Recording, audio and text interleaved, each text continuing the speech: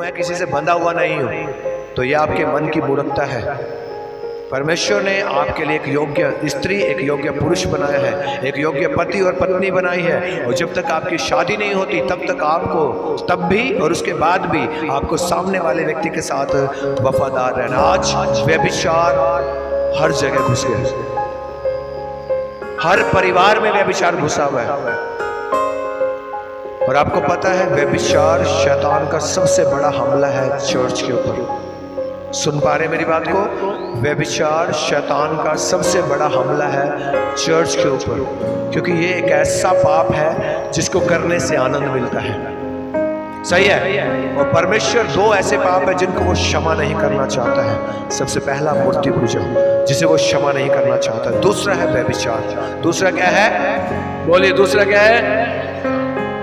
उसे खुदा क्षमा नहीं करना चाहता। जब परमेश्वर ने 10 मुख्य आज्ञा दी, 10 मुख्य आज्ञाएं दी, उसमें से एक आज्ञा ये भी थी कि तू व्यभिचार ना करना। बाइबल खोलिए, एक्सोडस, निर्गमन, कूच 20 अध्याय का 14 वचन।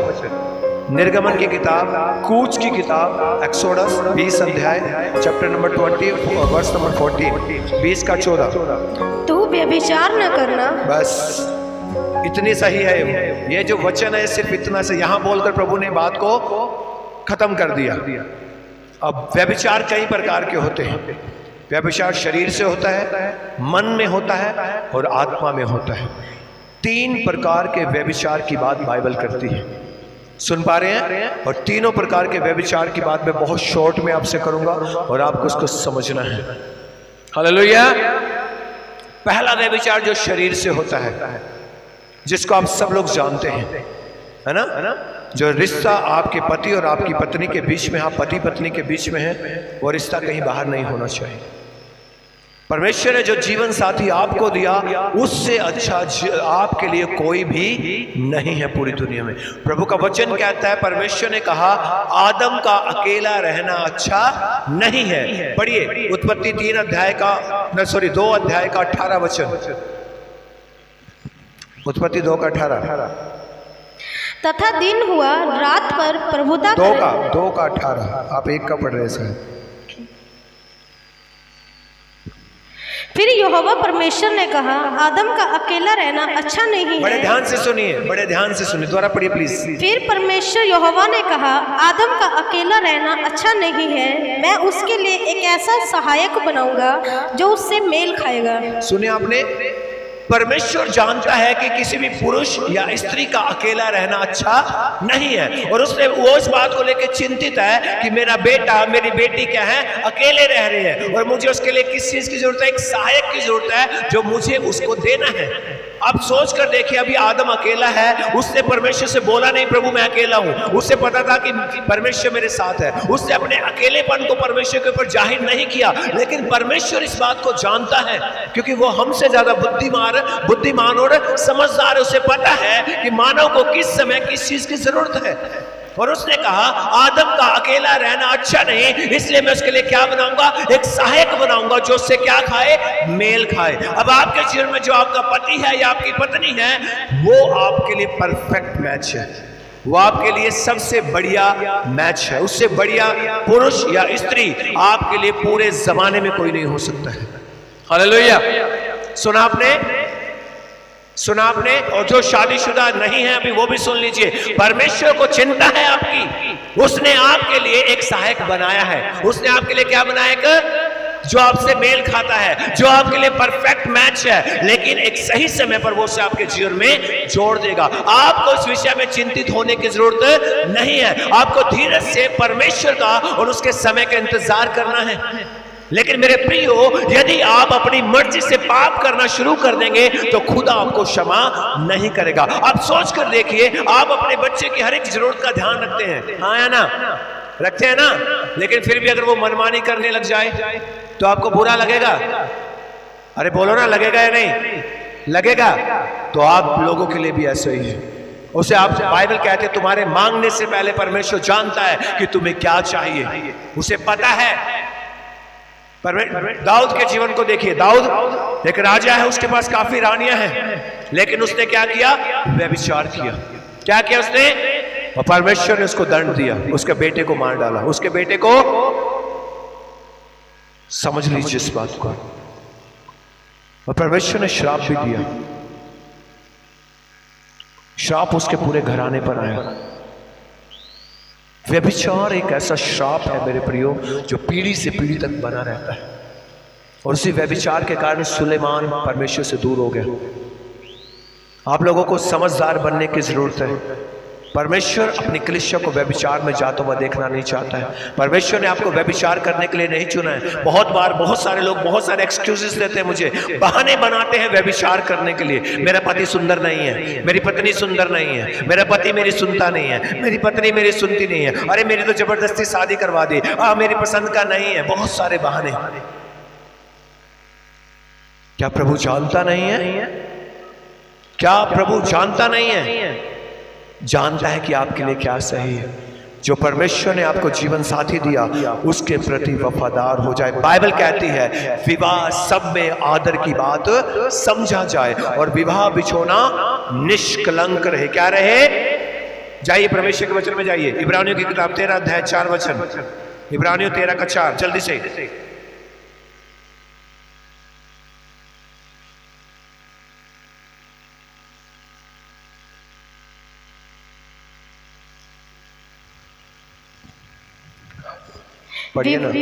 विवाह सब में आदर की बात समझी जाए और विवाह बिछोना निष्कलंक रहे, क्योंकि परमेश्वर व्यभिचारियों और परिस्त्रीकर्मियों का न्याय करेगा। सुना आपने? विवाह सब में क्या समझी जाए? आदर की बात। जिनका विवाह हो चुका है वो अपने विवाहित पति या पत्नी का क्या करे? आदर करे। और जिनका नहीं हुआ वो परमेश्वर के समय का आदर करे कि उसने आपके लिए एक योग्य जीवन साथी चुनकर ठहराया है, और समय के अनुसार वो उसे आपके जीवन में जोड़ देगा। सुन पा रहे मेरी बात को? और बाइबल यहाँ पर बड़ी स्पष्टता से कहते हैं विवाह का जो बिछोना है, विवाह का जो बिस्तर है वो निष्कलंक रहे, उसके ऊपर कोई भी दाग लगने ना पाए। मतलब पति को पत्नी के लिए वफादार रहना है और पत्नी को अपने पति के प्रति क्या रहना है? वफादार रहना है। अगर पति और पत्नी एक दूसरे के साथ वफादार नहीं है तो दंड पाने के लिए तैयार हो जाओ। पुलपिट से बोल रहा हूं, सुन लीजिए, दंड पाने के लिए तैयार हो जाओ।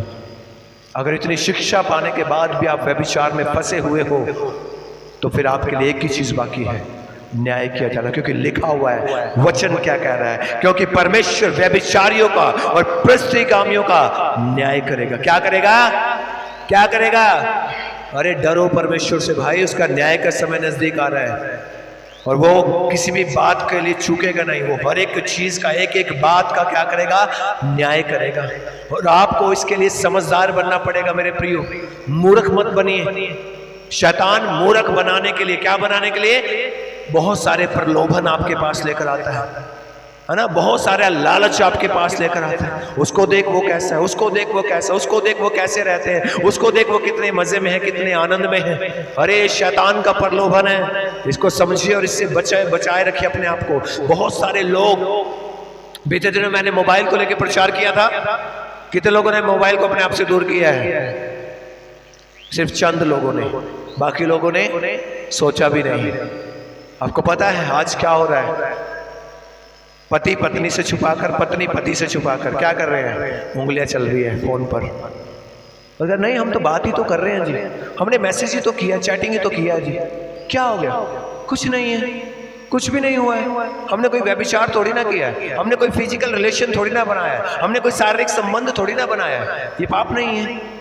अरे बाइबल क्या कहती है इसके विषय में? प्रभु यीशु ने क्या कहा है? आपको समझने की जरूरत है कि बाइबल इस विषय में क्या बात करती है। ओके, परमेश्वर के वचन में जाइए, मत्ती किताब 5 अध्याय 27 वचन में।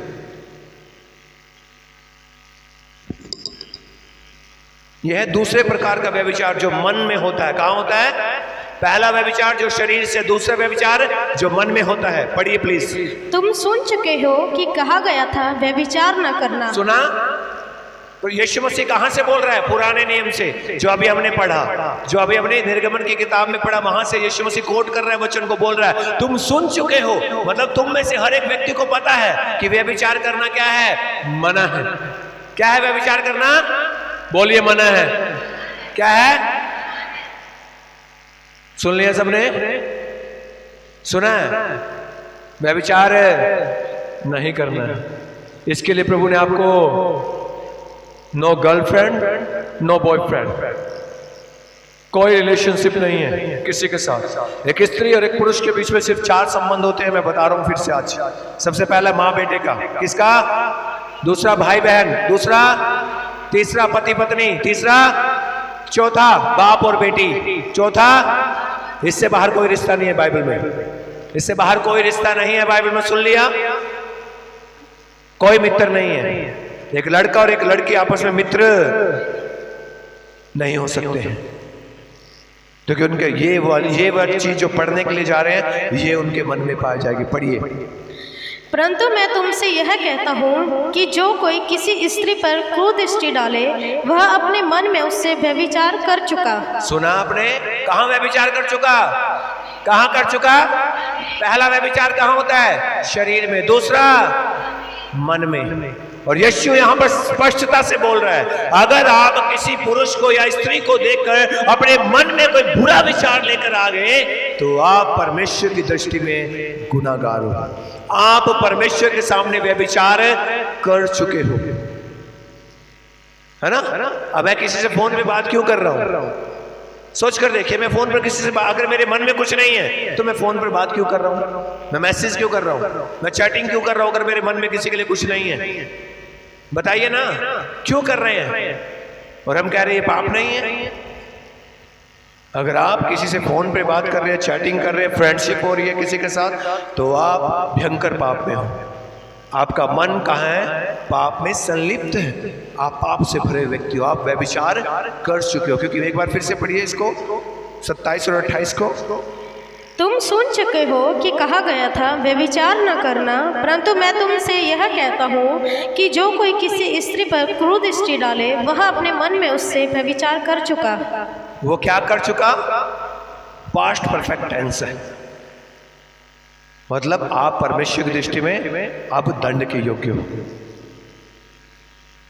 अरे मेरे प्रियो, ये वो चीज है जो आपको अशुद्ध करने के लिए शैतान का सबसे बड़ा हथियार है। क्योंकि बाइबल कह रही है परमेश्वर परिस्त्रीगामियों को और व्यभिचारियों को क्या करेगा? न्याय करेगा। बाइबल में बहुत सारी ऐसी गवाहियां जब परमेश्वर ने व्यभिचारियों को क्षमा किया है। एक स्त्री को पकड़ कर लेकर आए यीशु के पास कुछ यहूदी और फरीसी लोग जो व्यवस्था को जानते, तो उसने बोला हमारी व्यवस्था में लिखा हुआ है कि यदि कोई स्त्री व्यभिचार करते हुए पकड़ी जाए तो उसे पत्थर मार मार कर क्या कर दो? भाई लोग बोलो ना, क्या कर दो? मार दो। तो यीशु ने बोला ठीक है मार दो, लेकिन पहला पत्थर वो मारेगा जिसने कोई पाप कितने लोगों ने पत्थर मारा? और यीशु ने क्या कहा? किसी ने तुझे दंड नहीं दिया, जब मैं भी तुझे दंड नहीं देता। फिर से व्यभिचार सुना आप लोगों ने? फिर से व्यभिचार। प्रभु को जानने से पहले आज इस वचन के प्रचार किए जाने तक आपने जो कुछ भी किया है वो क्षमा हो सकता है। क्या हो सकता है? लेकिन आज के बाद कोई क्षमा नहीं है। उसका वचन कह रहा है अगर तुम्हारे मन में किसी के लिए विचार आ गया, तुमने मन में किसी के लिए कुछ सोच लिया, तो तुम परमेश्वर के सामने व्यभिचारी हो। क्या हो? ठीक है? सोच कर देखिए, हमारे घर में क्या माएँ बहनें नहीं है? हाँ या ना? हमारे घर में क्या भाई या पिता नहीं है ना? तो उनको देखकर हमारे मन में गलत विचार क्यों नहीं आता है? सिर्फ बाहर ही क्यों? क्या वो किसी की बहन, किसी की माँ, किसी की पत्नी नहीं है, किसी की बेटी नहीं है? हाँ है ना? क्या वो किसी का भाई, किसी का पति नहीं है? वो है ना? हमारी चर्च में बीते दिनों से केस चल रहा है। एक शादीशुदा लड़का, उसकी पत्नी अभी प्रेग्नेंट है ना? और वो किसी दूसरी लड़की से अफेयर में है और वो कह रहा है तुझे छोड़ के उसको लेके आऊंगा घर में। और फिर उसके परिवार वाले कह रहे हैं आप हमारे बेटे के लिए प्रार्थना करो जी। आए हैं क्या? नहीं आए हैं। मैंने कहा मैं क्यों प्रार्थना करूं? मैं क्यों आपके पाप में भागीदार हूं? सही है ना? व्यभिचार वो कर रहे हैं, पाप आप लोग कर रहे हैं, साथ आप दे रहे हैं अपने बेटे का। मैं क्यों प्रार्थना करूं? आप खुद प्रार्थना करो, अपने बेटे को डांटो। अगर डांटने से नहीं मानता तो लठ उठा लो। सीधा बोला मैंने, लठ उठा लो, बढ़िया रिपेयर कर दो पकड़ कर। सुधार लो अगर वो सुधर सकता है। सही है मन? ऐसे ही बोला था ना, कई लोगों के सामने मैंने ऐसे बोलता, डंडा उठा लो, अगर एक व्यक्ति से काबू नहीं आता तो 4-5 उठा लो डंडा मिलकर, सुधार दो, लेकिन व्यभिचार से बचा लो। क्योंकि यहां आप मारोगे ना तो मरेगा नहीं, जिंदा रहेगा, लेकिन आपकी मार उसको नरक की आग से बचा सकती है, आपके परिवार को अनंत श्राप से बचा सकती है। अगर आप यहां पर अपने बच्चों को डांट कर पीट कर किसी भी प्रकार से उनको व्यभिचार से बचा लोगे, अपने भाई को अपनी बहन को व्यभिचार से बचा लोगे, आप उनको नाश होने से बचा लोगे। अपने लिए लड़का ढूंढना, अपने लिए लड़की ढूंढना बंद करो, ये आपका काम नहीं है, ये खुदा का काम है, उसे करने दो। व्यभिचार की तरफ मत जाइए, ये व्यभिचार है। अगर आप बिना शादी के किसी से फोन पे बात कर रहे हैं, आप संगीन पाप में हैं, आप व्यभिचार में हैं, तो खुदा, बाइबल कह रही है, व्यभिचारियों का न्याय करेगा, वो छोड़ेगा नहीं किसी को भी। बाइबल कह रही है व्यभिचारियों का भाग स्वर्ग में नहीं है। अगर आप प्रभु को जानने के बाद भी व्यभिचार में अपने जीवन को जी रहे हो तो आप खुदा के योग्य नहीं है, आपको इस कलिसिया में आने की जरूरत नहीं है, क्योंकि आप दूसरों के लिए भी ठोकर का कारण हो। फिर लोग बोलते हैं तो चर्च में जाते हैं, बाइबल का तुम्हारे कारण अन्य जाति में परमेश्वर के नाम की निंदा होती है, पाप तुम करते हो, बदनामी परमेश्वर की होती है, दोष खुदा पर लगाया जाता है। मेरे प्रियो, अपने जीवनों को बदल डालो, पाखंड करना बंद कर दो। खुदा जानता है कि आप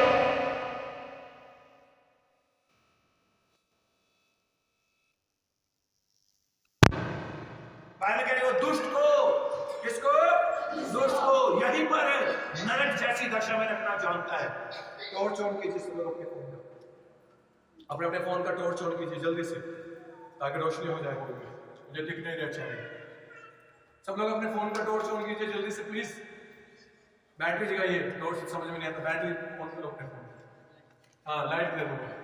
वेरी गुड, प्रेज गॉड, अच्छी फीलिंग आ रही है देखते। हालेलुया, समझ में आ रही है मेरी बात सबको? आप लोगों को इस बात को समझने की जरूरत है कि अगर आप प्रभु को जानने के बाद भी जानबूझकर व्यभिचार कर रहे हैं, आप किसको धोखा दे रहे हैं? प्रभु को नहीं, खुद को। किसको? अपने आप को धोखा दे रहे हैं। उसे पता है कि आप क्या हो और आप क्या कर रहे हो, उसे पता है आप छोड़ सकते हो, लेकिन आप बहाने लगाते हो, आप झूठ बोलते हो खुद को तसल्ली देने के लिए। यहां पर आप जितना मर्जी झूठ बोल लो, लेकिन जब आप उसके न्यायासन के सामने खड़े होंगे ना, वो आपको क्षमा नहीं करेगा। यहां पर आपके लिए क्षमा है, यहां पर आपके लिए छुटकारा है, यहां पर आपके लिए करुणा है, लेकिन मृत्यु के बाद कोई क्षमा नहीं है, कोई छुटकारा नहीं है, कोई दया नहीं है। आज ज्यादातर परिवारों में व्यभिचार घुसा हुआ है। बाहर निकलिए, व्यभिचार से बाहर निकलिए, मन फिरा लीजिए। मैं बता रहा हूं सटीकता से, अपने जीवनों को बदल डालिए। ऐसा ना हो कि आप लोग अपने आप को नाश की तरफ लेकर जाए। हालेलुया, क्योंकि बाइबल कह रही है परमेश्वर दुष्टों को यहीं पर नरक जैसी दशा में रखना जानता है। अब एक दुष्ट में और एक पापी में जमीन और आसमान का फर्क है। सुन लीजिए, एक दुष्ट में और एक पापी में क्या है? फर्क है। परमेश्वर पापियों को बचाने आया, किसको? दुष्टों को बचाने नहीं आया, वो मैं बता रहा हूं आपको। यूहन्ना जो प्रेम का संदेश लिख रहा है, वो कह रहा है ऐसा पाप है जिसका फल मौत है, उसके लिए मैं नहीं कहता तुम क्या करो, प्रार्थना करो। पौलुस तीमुथियुस को कह रहा है शीघ्रता से किसी के ऊपर हाथ क्यों कह रहा है? समझने की जरूरत है। जो व्यक्ति दुष्ट है, दुष्ट कौन होता है? जो जानता है कि क्या गलत है, जो जानता है कि वो जानबूझकर उस काम को रिपीट करता है, दोहराता है, बार बार उस काम को करता रहता है, वो व्यक्ति परमेश्वर की दृष्टि में दुष्ट है और वो क्षमा के योग्य नहीं। वो क्षमा के योग्य है क्योंकि उसने क्या चुन लिया? मौत चुन ली। उसने क्या चुन लिया? अगर उसने मौत को चुन लिया तो परमेश्वर उसको बचाएगा नहीं। बाइबल कहती है मैंने तेरे सामने जीवन और मृत्यु दोनों रखे, और मैं चाहता हूं कि तुम जीवन को चुने। किसको चुने? लेकिन हम किसको चुनने की कोशिश कर रहे हैं? मौत को। पाप की मजदूरी क्या है? क्या व्यभिचार पाप नहीं है? गंभीर पाप है। पाप नहीं, मैं कहूंगा गंभीर पाप है। क्या है? अपने जीवन को धोखा देना बंद करो अपने आप को, है ना? मुझसे छिपा सकते हो, छिपा लो, मुझे आपका न्याय नहीं। हालेलुया, मुझे आपका न्याय। आपको पता है जिसको मैंने एक बार बोल दिया तुझे डंडे लगने वाले हैं ना, उसको लगते हैं।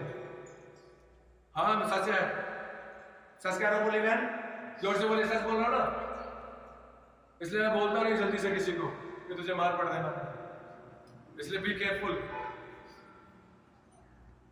आप लोग बुद्धिमान क्यों नहीं बनते? बाइबल कह रहे बुद्धिमान कौन है परमेश्वर की नजर में? जो वचन को सुनकर उस पर है। और मूर्ख कौन है? जो वचन को सुनकर उस पर है। तो आप बुद्धिमान है या मूर्ख है सोच रहे हैं आपको? अगर आप बुद्धिमान है तो आप वचन को फॉलो करते हैं। हालेलुया। अगर आप वचन को जानकर वचन के साथ नहीं है तो आप उसकी दृष्टि में मूर्ख हैं।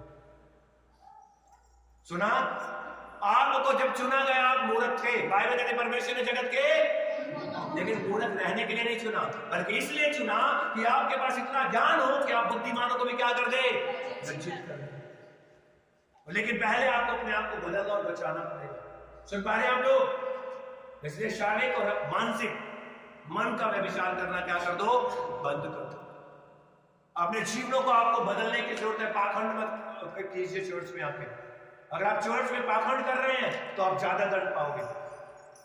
सुन पा रहे हैं आप लोग मेरी बात को? हालेलुया। या तो आप मसीह हो या आप नहीं हो, या तो आप मसीह हो या फिर मतलब या तो आप धर्मी हो या फिर पापी हो। अगर आप धर्मी हो फिर आप पाप नहीं कर सकते। अगर आप पापी हो फिर पाखंड मत कीजिए धर्मी होने का। हालेलुया। अपने जीवों को बदलो भाई और मेरी बहनों, आप भी। किसको बेवकूफ बनाने की कोशिश कर रहे हैं? सोच कर देखिए। तीसरे प्रकार का व्यभिचार, आत्मिक व्यभिचार। तीसरा मैं कौन सा व्यभिचार? ये ज्यादातर लोगों में पाया जाता है कलीसिया में। आत्मिक व्यभिचार क्या होता है जानना चाहेंगे? शारीरिक व्यभिचार और मानसिक व्यभिचार संसार का है। आत्मिक व्यभिचार वो है जो हम परमेश्वर के खिलाफ करते हैं। वैसे तो ये दोनों पाप भी परमेश्वर के खिलाफ है, शरीर का व्यभिचार भी और मन का व्यभिचार भी। लेकिन एक आत्मिक व्यभिचार की श्रेणी में वो आता है जब आप परमेश्वर से ज्यादा किसी चीज को महत्व देते हैं। परमेश्वर से ज्यादा किसी चीज, दूसरी चीज को महत्व देते। मान लीजिए मैं अपनी पत्नी से, अपने प्रभु से ज्यादा प्यार करता हूं तो मैं व्यभिचार में हूं परमेश्वर के साथ। पत्नी है इसलिए प्रभु नहीं है, प्रभु है इसलिए। पैसा है इसलिए प्रभु नहीं है, प्रभु है इसलिए। पैसा है, घर है इसलिए प्रभु नहीं है, प्रभु है इसलिए। मेरा परिवार है इसलिए प्रभु नहीं है, प्रभु है इसलिए। अरे कहां हो गए भाई हम लोग? हम परमेश्वर को जब दूसरी जगह पर और संसार की चीजों को पहली जगह पर रखते हैं तो आप आत्मिक व्यभिचार में। कहां हो आप? आत्मिक व्यभिचार।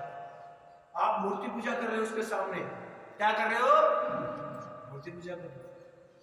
हाँ मैं बिल्कुल सर, मैं अभी प्रूव करके तो मूर्ति पूजा क्या है बताओ? एक बुत बना लिया किसी भी चीज का और उसको आप क्या कर रहे हो? परमेश्वर करके मान रहे हो। मतलब पहला स्थान उस बुत का है आपके जीवन में जो भी आपने बनाया। सही है? और आप जिंदा परमेश्वर को भूले गए। अगर देखिए बहुत सारी चर्चेस में क्या समस्या है, कलीसिया है ना, पास्टर से ज्यादा प्यार करती है, प्रभु से कम करती है। पास्टर का ज्यादा आदर करती है, प्रभु का कम करती है ना। प्रभु के लिए चाहे कुछ भी हो जाए कोई समस्या नहीं है, लेकिन पादरी का आदर होना चाहिए बस। अरे आप व्यभिचार में हो, आप आत्मिक व्यभिचार में हो। पादरी जरूरी है, प्रभु जरूरी है? कौन है? पादरी का आदर करना है। मैं ये नहीं कह रहा मत अपने अपने पादरियों को अच्छे से प्यार करो, उनका आदर करो, लेकिन परमेश्वर है इसीलिए पादरी है ना। पादरी है इसलिए परमेश्वर नहीं है। परमेश्वर ने चुनकर मुझे भेजा यहाँ पर, या कहीं भी जहां भी जो परमेश्वर की दास सेवा कर रहे हैं उनसे खूब आदर करो, खूब प्रेम करो उनका, लेकिन आप उनके ऊपर निर्भर मत हो जाओ, उनको परमेश्वर मत बना लो, उनकी मूर्ति अपने भीतर मत बनाओ, पास्टर की मूर्ति अपने घरों में मत सजाओ। सुन पा रहे हैं आप लोग? मेरे प्रियो, आप आत्मिक व्यभिचार में हो। अगर आपके परमेश्वर के खिलाफ कोई आपको कुछ कह रहा है तो आपको कोई प्रॉब्लम नहीं, आपके पादरी के खिलाफ आपको कुछ कह दे तो आपको तकलीफ हो रही है, तो आप व्यभिचार में हो। जब आपके प्रभु को लोगों ने नहीं छोड़ा तो पादरी को भी गाली देंगे, जितना वो गाली देंगे उतना हम बढ़ेंगे। हालेलुया। इसलिए चिंतित मत होइए, किसी भी चीज को प्रभु की बराबरी में मत रखिए। हमेशा प्रभु पहले है, संसारिक चीजें बाद में है। बाइबल कहते हैं, ईश्वर ने क्या कहा? जो अपने जीवन पर हाथ रखकर पीछे मुड़कर देखे वो मेरे योग्य नहीं है। कह रहा जो कोई अपने पति को, अपनी माता को, पिता को, पत्नी को, बच्चों को मुझसे ज्यादा प्रेम करे वो मेरे योग्य नहीं है। तो हम क्या कर रहे हैं? हम क्या कर रहे हैं? हमें सोचने की जरूरत है, हमें मन फिराने की जरूरत है। आपका प्रभु आपकी प्रायोरिटी है। आपके जीवन में जो पहला स्थान है वो किसका है? प्रभु का वचन कहता है मैं आदि और आदि मतलब पहला, आदि मतलब पहले से, शुरू से, है ना? मतलब पहला स्थान किसका है? फिर वो कह रहे मैं अल्फा और ओमेगा हूं, मैं पहला और मैं था, मैं हूं, मैं आने वाला हूं। आमीन। तो पहला स्थान किसका है? आज मैं हूं, कल मैं नहीं रहूंगा। आज मैं सुबह जब प्रार्थना करता मैंने बोला मगर प्रभु अगर मैं मर गया तो मेरी कलीसिया तो बिगड़ जाएगी, क्योंकि मुझे कोई भी ऐसा व्यक्ति नजर नहीं आता जो मेरे बाद कलीसिया को संभाल ले। ना कलीसिया के लोग इतने मजबूत नजर आते हैं कि अपने आप को मजबूत रखे। तो इसलिए कुछ समय और कि मैं तेरी सेवा कर पाऊं। हालेलुया। लेकिन क्यों ऐसा बोला मैंने? आप उससे जुड़े, उससे तो जुड़े नहीं। इस शुक्रवार को मैं नहीं था चर्च में, एक भाई ने बोला असली चर्च में बहुत आनंद आया, लेकिन आप आते तो होते तो और ज्यादा आनंद पादरी से है, प्रभु से है। हालेलुया। अरे मैं परमेश्वर नहीं हूं, मैं मर जाऊंगा एक दिन, मेरी कल्पना एक दिन नष्ट हो जाएंगी, लेकिन आपका प्रभु फिर भी है। आया ना? वो मेरे पहले भी था और मेरे बाद भी वो रहेगा। आपको उससे जुड़ने की जरूरत है, उसमें वफादार चलने की जरूरत है। आप जब परमेश्वर से ज्यादा किसी व्यक्ति को महिमा देना शुरू कर देते हो, किसी चीज को महिमा देना शुरू कर देते हो, पैसे को, नौकरी को या लोगों को महिमा देना शुरू कर देते हो, तो आप आत्मिक व्यभिचार में आप क्या कर रहे हो? आपने परमेश्वर को सेकंड कर दिया, दूसरे व्यक्ति को पहले कर दिया। और आज ये समस्या 99.99% लोगों के जीवन में, लगभग सभी लोगों के जीवन में, और ये आत्मिक व्यभिचार की श्रेणी में आता है। मैं बता रहा हूं, सुन लिया आप लोगों ने? कान खोलकर सुन लीजिए। आपके जीवन में पहला स्थान किसका है? परमेश्वर की सबसे बड़ी आज्ञा क्या है? तू अपने सारी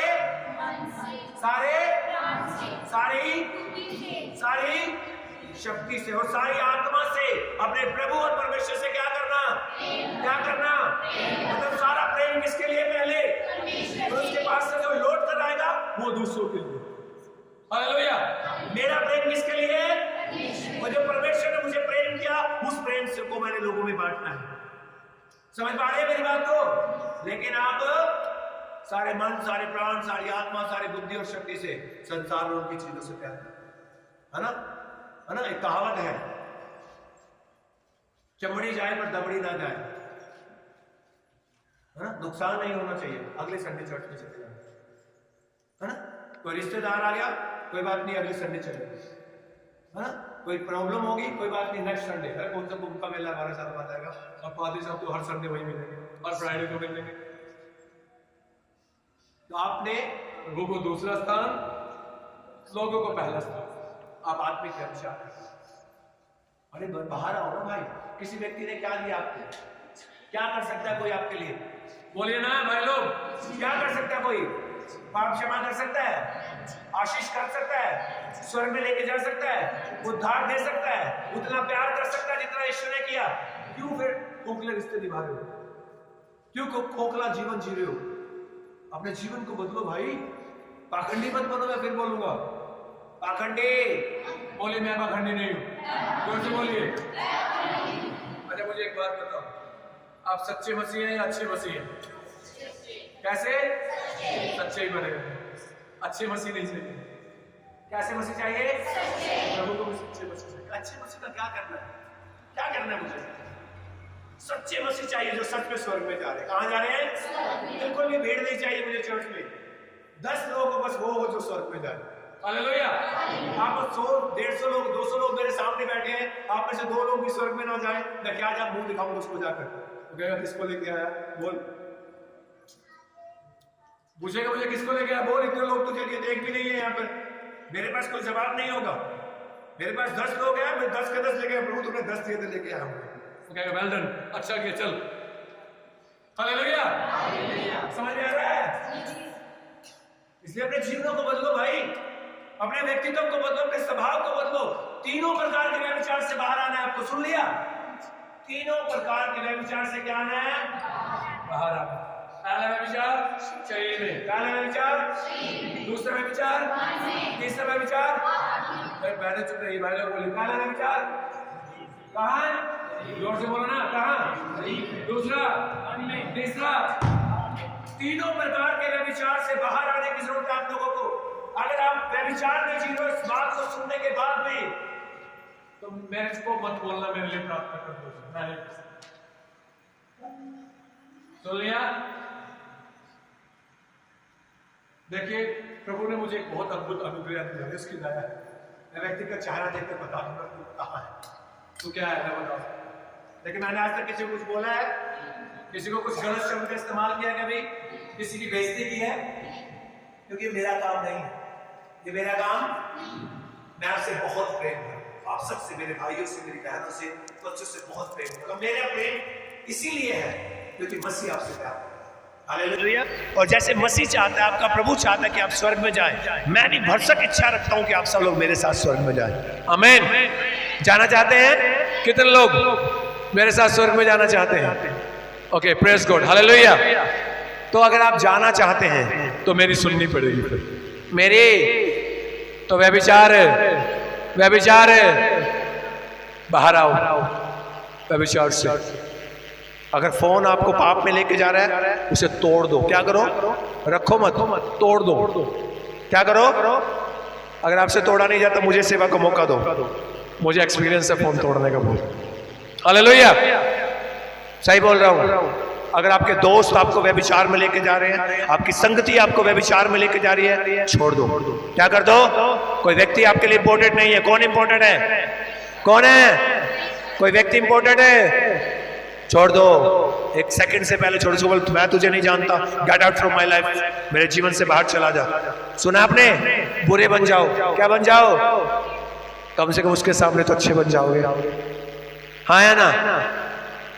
सुन पा रहे हैं सब लोग मेरी बात को? मेरे प्रियो, प्रभु के प्रेम को और उसके बलिदान को पैरों के नीचे मत रोन दिए। उससे ज्यादा कोई आपसे प्रेम नहीं कर सकता। संसार का प्रेम धोखा है, झूठा है, कुछ समय के लिए स्वार्थी है। माँ बाप भी जब अपने बच्चे से प्रेम करते हैं ना, उसमें भी स्वार्थ है। मैं आज इनका पालन पोषण कर रहा हूं, कल ये मेरा देखभाल करेंगे। किसी ने किसी से सवाल पूछा, जो पिता अपने पुत्र से प्रेम करता है, वो प्रेम है या व्यापार है? तो बोला प्रेम है। तो फिर इच्छा क्यों है?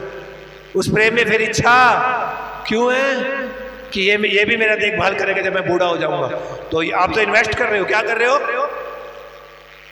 बाद में काम आएगा, बाद में। कह रहे प्रेम नहीं है, क्या है? व्यापार है। प्रेम सिर्फ परमेश्वर करता है। कौन करता है? आज किसी भी रिश्ते को देख लो, स्वार्थ से भरा हुआ। किससे भरा हुआ है? मेरे प्रियो, अपने जीवनों को बदलो। संसारिक प्रेम धोखा है। संसार के लोगों का, संसारिक वस्तुओं का प्रेम धोखा है। आपको भरमाने के लिए, आपको नाश की तरफ लेकर जाने के लिए, या मैं यूं कहूं, ये शैतान का एक बहुत बड़ा हथियार है आपको नरक में घसीटने के लिए। कहां घसीटने के लिए? प्रभु का वचन बड़ी सटीकता से इस विषय में बात कहता है। नीति वचन को पढ़िएगा, कान खोलकर उसको, है ना, सुनो, उसको आंख खोलकर पढ़ो, बुद्धि खोलकर उसे समझो। वहां पर व्यभिचार के विषय में नीति वचन में बार बार बोला गया है। इस हफ्ते में सब लोग नीति वचन पढ़ेंगे। क्या पढ़ेंगे? कहावता। क्या है? प्रोवर्ब्स। सुना आप लोगों ने? उसे खा लो इस हफ्ते में। क्या कर लो? 31 अध्याय है सिर्फ। कितने अध्याय हैं? रोज पढ़ सकते हो आप, रोज पढ़ सकते हो एक बार नीति वचन को। अगर आपने इस पूरा हफ्ता से पढ़ा वफादारी से, आपका जीवन बदल सकता है। हालेलुया। मेरे प्रियो, आप परमेश्वर का मंदिर हो। इस मंदिर को अशुद्ध ना करो। अगर आप चाहते हैं परमेश्वर आप में बसे, आप में चले फिरे, आप में रहे, तो इस मंदिर को फिर पवित्र रखो। क्या रखो? इसे नाश मत करो। वो कह रहा है जो इस मंदिर को नाश करेगा, मैं उसे नाश कर दूंगा। और वो किसी भी पापी को नाश होते हुए देखना, वो इसलिए देखना चाहता कि पापी अपना मन फिराकर उसके पास लौट आए। आप क्यों नहीं समझते हैं? क्यों उसके प्रेम को आप जानते नहीं हैं? मेरे प्रियो, लौट आए उसके पास। उसके पास बहुत कुछ है आपको देने के लिए। हर एक वो चीज जो आपके जीवन से संबंध रखती है, वो आपको जरूर देगा। उसको आपसे ज्यादा आपकी चिंता है। वो आपसे बढ़कर आपसे प्यार करता है। उसने अपने आप को भी नहीं रख छोड़ा आपको बचाने के लिए। फिर क्यों आप लोग उसका बार बार तिरस्कार करते हैं? क्यों बार बार उसके वचनों को तोड़कर उस मृत्यु की तरफ दौड़े चले जाते हैं, जहां से वो आपको निकाल कर लेकर आया, जहां से वो आपको बचाना चाहता है? आज अपने आप को जांच लो, आज अपने आप को बदल डालो, आज अपना मन फिरा लो, ताकि परमेश्वर आपके ऊपर दया कर सके। या तो आप मसीह के हो या फिर नहीं, बीच वाली कोई परिस्थिति नहीं है। इसलिए अपने अपने जीवनों को बदलो, अपने अपना मन फिराओ, अपने अपने पापों से तौबा करो, ताकि आपका जीवन बचाया जा सके, ताकि आप उससे आशीषित हो पाए। उसने आपको आशीषित करने के लिए चुना है। अगर आज आपके जीवन में कोई पीड़ा है, कोई दुख है, कोई चैलेंज है, वो आपके पाप का परिणाम है। कोई गुप्त पाप आप कर रहे हो जिसके कारण आप सब आशीषित नहीं हो रहे हैं, फलवंत नहीं हो रहे हैं।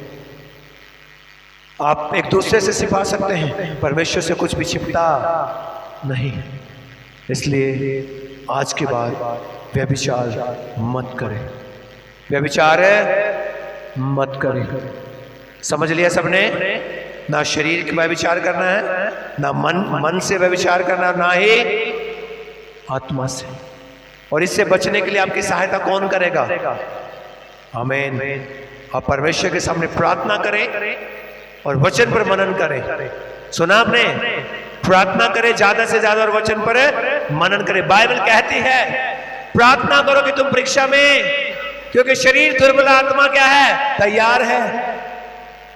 अपने शरीर की दुर्बलताओं को कैसे आप जीत सकते हो? प्रार्थनाओं के द्वारा। इस शरीर को क्या बना ले? दुर्बलताओं की जगह खुदा का मंदिर बना लो। क्या बना लो? जब उसका मंदिर आप बन जाओगे तो ये शरीर भी स्वर्ग में उठाए जाने के लिए तैयार हो जाएगा। आमीन। ये शरीर भी स्वर्ग में उठाए जाने के लिए क्या हो जाएगा? आपको पता है ना, यीशु जीवितों को उठाकर लेके जाएगा। किसको उठा के लेके जाएगा? किसको? किन 3 लोगों को जिंदा उठाया गया? पहले हनोक, पहला कौन है? दूसरा एलिया, तीसरा प्रभु। अब चौथा कौन है? कौन है चौथा? आमीन, हालेलुया। वो तब होगा जब ये शरीर क्या बन जाएगा? परमेश्वर का। उन्होंने अपने देह को क्या बना दिया? खुदा का। और परमेश्वर ने उनको जिंदा स्वर्ग में उठा लिया। हालेलुया। जब आप इस देह को खुदा का मंदिर बना दोगे, आपको भी जीवित स्वर्ग में उठाया जाएगा। आमीन। अपने अपने जीवनों को बदल डालो, स्वभाव को, सोचों को, विचारों को बदल डालो। ठीक है? मेरी पत्नी के अलावा, मेरे पति के अलावा सब मेरे भाई बहन, मेरे माता पिता हैं, मेरे बच्चे हैं। हालेलुया। किसी के लिए मन में कोई भी गलत विचार नहीं होना चाहिए। अगर है तो उसे डांटो, उसे कहो अपने आप को ये शैतान की तरफ से। किसकी तरफ से? बाहर जा यीशु के नाम से, क्योंकि मैं शैतान का नहीं, यीशु का सेवक हूँ। किसका सेवक हूँ? और ये सब चीजें मेरे लिए, अगर मुझे जरूरत है तो परमेश्वर मेरे लिए इंतजाम करेगा। आमीन। सुन लिया? आज से कोई भी व्यक्ति व्यभिचार में अपने जीवन को नहीं जिएगा। सुना आपने? आमीन। बोलिए, मैं परमेश्वर का मंदिर हूं। ऊंची आवाज से बोलिए, फिर से बोलिए, चिल्लाकर बोलिए, और बोलिए मैं पवित्र हूं। जोर से, जोर से। आमीन। अपने आप को पवित्र बनाए रखिए। वो कहता है मैं पवित्र इसलिए तुम भी। और ये पाप आपको अशुद्ध करते हैं, आप पवित्र करते हैं और नाश की तरफ लेकर जाते हैं। मेरे प्रियो, ऐसा कुछ नहीं है जो आप कर नहीं सकते हो। परमेश्वर का दास पौलुस कहता है जो परमेश्वर मुझे सामर्थ देता है उसमें मैं सब कुछ कर सकता हूँ। क्या कर सकता हूँ? आप अपने पाप से जीत सकते हैं। यह आपकी लड़ाई है मेरे प्रिय, जो आपको खुद लड़नी है। सुन पा रहे हैं? आपके पाप से आपको खुद लड़ना है और लड़कर उसको जीत कर उससे बाहर आना है, ताकि आप एक पवित्र जीवन जी पाए, ताकि आप एक वो व्यक्ति बन पाए जिसको देखकर प्रभु बोले ये मेरा बेटा, ये मेरी। आमीन। कोई सवाल? आइए अपनी आंखों को बंद करेंगे, अपने अपने